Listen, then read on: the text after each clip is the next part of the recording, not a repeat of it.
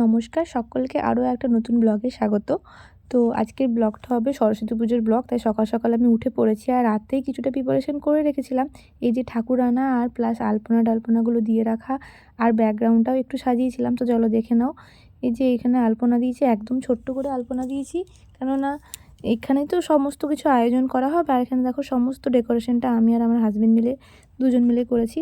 ও একটু হেল্প করেছে, আলপনাটা আমিই দিয়েছি। একদম সিম্পল এবং খুব তাড়াহুড়োর মধ্যেই দিয়েছি, কেননা লাস্ট মুহূর্তে ঠিক হয়েছিল আমি আর কি পুজো করব। আর দেখো আমি ভেবেছিলাম যে ওই সাদা ব্লাউজটা পরবো, কিন্তু তারপর ভাবলাম না, লালটাই পরি। আর একটু সাজুগুজু করে নিয়েছি। বাড়ির পুজো হলেই বা কি সরস্বতী পুজোর দিন একটু সাজুগুজু করতে তো ভালোই লাগে। আর তারপর চলে এসেছি ঠাকুরের এই সমস্ত জোগাড়জান্তি করতে। আমার শাশুড়ি মা অনেকটাই হেল্প করে দিয়েছিল এবছর, কারণ আমার একটু স্নান করতে করতে লেট হয়ে গেছিলো। কিন্তু বাকি যেগুলো যেগুলো আমি শিখেছিলাম সেসবগুলো করছি। এখানে ঘটের মধ্যে স্বস্তিক চিহ্ন আঁকছি। তাছাড়াও যেসব জিনিসগুলো আমি জানি মোটামুটি সেগুলো আমি করে রাখার চেষ্টা করছি। ঠাকুরমশাইয়ের আসলে তো টাইম পান না এগুলো সব করার, তাই আমি আগে থেকে এগুলো করে রাখছি। মানে এগুলো উনি বলেন যে করে রাখতে, তাই করছি। আর এদিকে আমার শাশুড়ি মাও এখানে আমাকে হেল্প করছেন। তো দুজন মিলে আমরা করছি। আর সমস্ত কিছু গুছিয়ে নেওয়ার পর মানে একটা একটা করে করছি, আর একবার করে মনে পড়ছে যে এটা ভুল করেছি ওটা ভুল করেছি।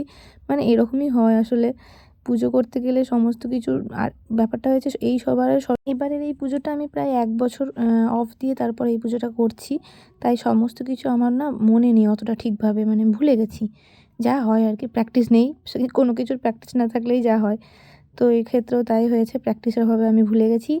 আর এখানে এখন দেখো নৈবেদ্য সাজিয়ে নিচ্ছি। 5টা চালের মানে আতপ চালের নৈবেদ্য। এগুলো তো কমন, যেরকম যেরকম হয় আমি সব কিছুই একদম রেডি করে রেখে দিই, যাতে টুক করে মানে এসে আগে পুজোটা সেরে নিতে পারেন, ঠাকুরমশাই যাতে বিরক্ত না লাগে। আর উনি যেরকমভাবে বলেন আমি সেরকমভাবেই করার চেষ্টা করি। তারপর তো উনি ঠিক করে দেন যে কোথায় কী লাগবে না লাগবে, কোনটা কী করতে হবে না করতে হবে। একটু সাজিয়ে গুজিয়ে দিলে না দেখতেও ভালো লাগে। তো এখানে মাও অনেক কিছুতেই আমাকে হেল্প করছিল। আর সবার সাথে কথা বলছিলাম যে এটা ওখানে সেটা রাখবে না। আর একটু স্পিডটা বাড়িয়ে দিয়েছি, কেননা না দিলে সবাই একটু বোর হয়ে যাবে যে এতক্ষণ ধরে এত কিছু দেখা। দেখতে যতটা সহজ লাগে, করতে কিন্তু ঠিক ততটাই কষ্ট হয়। আর অনেকক্ষণ ধরেই করতে হয় আসলে। আর মা বারবার ক্যামেরার সামনে চলে আসছিলো, আসলে উনি খেয়াল করছিল না যে ওখানে ক্যামেরা রাখা আছে। আর আমিও কিছু সেভাবে বলিনি যে ওখানে রেকর্ড হচ্ছে বা কিছু। তো যাই হোক, সমস্ত কিছু সবাইকে সবসময় বললে হয় না, এটা আমি এখন বুঝেছি। তো যাই হোক, নিজের মতো করেই চেষ্টা করছি, যতটুকু করতে পারছি সেরকমভাবেই করছি। হেল্প তো সবাই করছে, আর আমিও যতটা পারছি এগিয়ে রাখছি। সামান্য আয়োজন, সরস্বতী পুজোর আয়োজনে বেশি কিছু লাগে না, খুব সামান্যই আয়োজন লাগে। আর এখানে ঠাকুরমশাই যেহেতু সেকেন্ড দিন আসবেন না, তাই খই দইটাও আমি সেরে নিচ্ছি, মানে করে নেব। কারণ উনি যদি পরের দিন না আসেন, আর প্লাস পরের দিন শীতলা ষষ্ঠী আছে, আমাকেও যেতে হবে মাদের বাড়ি, মানে আমার মায়ের যেহেতু শীতলা ষষ্ঠী আছে তো মায়ের কাছে। ওই জন্য আমি নিজেই আগে থেকেই সমস্ত কিছু প্রিপারেশন করে রেখে দিচ্ছি, যাতে একদিনেই সবটা করে নিতে পারি। আর এখন আমার একটু ক্যামেরা ধরে দিয়েছিল আমার ভাই। বললাম না, আমি সমস্ত কিছু আয়োজন করে গুছিয়ে গাছিয়ে রেখে দিচ্ছি হাতের কাছে, যাতে ঠাকুরমশাই এসে একদম ঝটপট ঝটপট আমার পুজোটা করে দিতে পারেন। কারণ অলরেডি আমাদের টাইম ছিল 10টা, উনি এসেছিলেন এই 11টার পরে। আর সব বাচ্চাগুলো না খেয়েছিল, তো ওরা থাকতে পারছিল না অনেকক্ষণ ধরে। তো আমাদের কোনো ব্যাপার নেই, কিন্তু বাচ্চাদের তো ব্যাপার।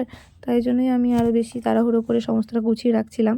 অন্যবার আমাদের যজ্ঞও করা হয়, কিন্তু এবছর যজ্ঞ করা হয়নি, মানে ওই হয়ে ওঠেনি আর কি। আর তাছাড়াও ঠাকুরমশাইটা এবছর একটু চেঞ্জ হয়েছেন। অন্যবারের ঠাকুরমশাই আর এবারের ঠাকুরমশাইটা এক নন। তো এই জন্য উনি করবেন কি করবেন না ওনাকে জিজ্ঞাসা করেছিলাম। উনি বলেছিলেন যে ছাঁচের ঠাকুরের যজ্ঞ হয় না, কিন্তু আমরা অন্য বছর যজ্ঞ করেছি, এবছর যাই হোক করা হলো না। আর এখানে দেখাচ্ছি সমস্ত যারা যারা অঞ্জলি দেবে তারা তারা চলে এসছে, এখনও সবাই আসেনি। পুজো শুরু হলে অবশ্যই আসবে। হ্যাঁ হ্যাঁ, ঠিক আছে, পাশ থেকে ঈশান মানে কথা বলছে। আর যাই হোক, এবার মূর্তিটা এরকম নেওয়া হয়েছিল আমাদের। অন্যবারের অন্যরকম নেওয়া হয়, এক একবার এক এক রকম। যে মা বাড়িতে আসতে চান তিনিই আসেন আর কি, সবটাই ওনার ইচ্ছে। আমরা তো জাস্ট মানে করতে থাকি, ওনার কর্তার ইচ্ছেই কর্ম আর কি। তার মধ্যে দেখো আমি একটা গাঁদা ফুলের মালা গেঁথে নিয়েছিলাম, আনতে বলেছিলাম আমার হাজব্যান্ডকে, কিন্তু আনতে ভুলে গেছিলো, তাই আমি নিজেই গেঁথে নিলাম। আর এখানে সমস্ত যারা যারা এসেছিলো তাদের বইগুলো রাখা হচ্ছিলো।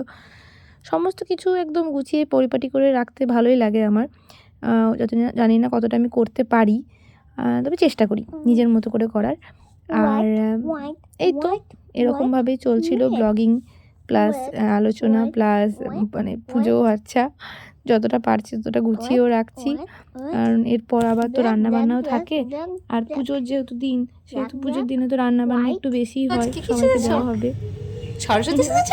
দাঁড়িয়ে দেখি, দাঁড়িয়ে দেখো, দাঁড়িয়ে দেখো, ওঠো ওঠো, দাঁড়িয়ে দেখি। ও ওয়াও, কি সুন্দর। আবার ঘুরে যাও, আবার টার্ন করো। ওয়াও, এদিকে এদিকে এদিকে এদিকে তাকাও, কি সুন্দর লাগছে। এটা কিউট কিউট, তাই না? বসে পড়ো।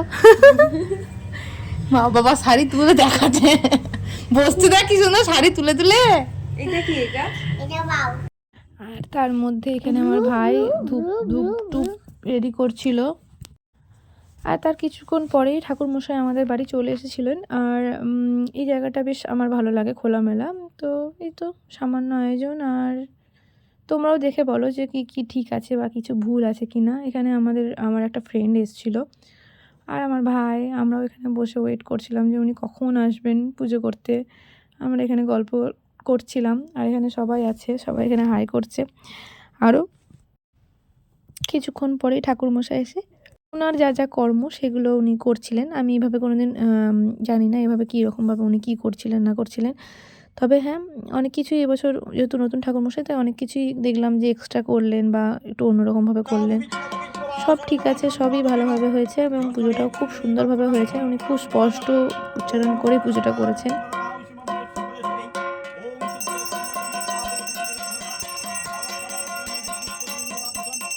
আসলে সত্যি কথা বলতে ভক্তি তো মন থেকে আসে, তাই পুজোটাও আমরা মন থেকেই করেছি, যেমনভাবে পেরেছি, যেটুকু পেরেছি সেভাবে।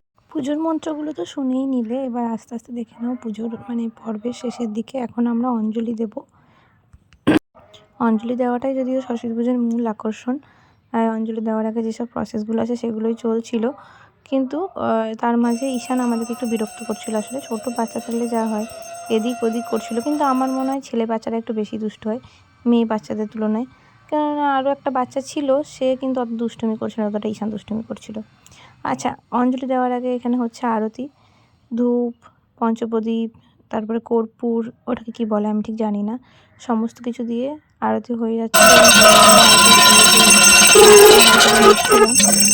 মধ্যেই শুরু হয়ে যাবে আমাদের অঞ্জলি। তার আগে সবাইকে দেখিয়ে দিচ্ছিলাম, যেহেতু তোমার লোকজন বেশি ছিল এবং অনেকক্ষণ ধরে একটা পুজো হয়েছে, তো সবটা তো আর খুব স্লোলি দেখালে তোমাদের ভালো লাগবে না, ওই জন্য একটু ফাস্ট দেখাচ্ছি।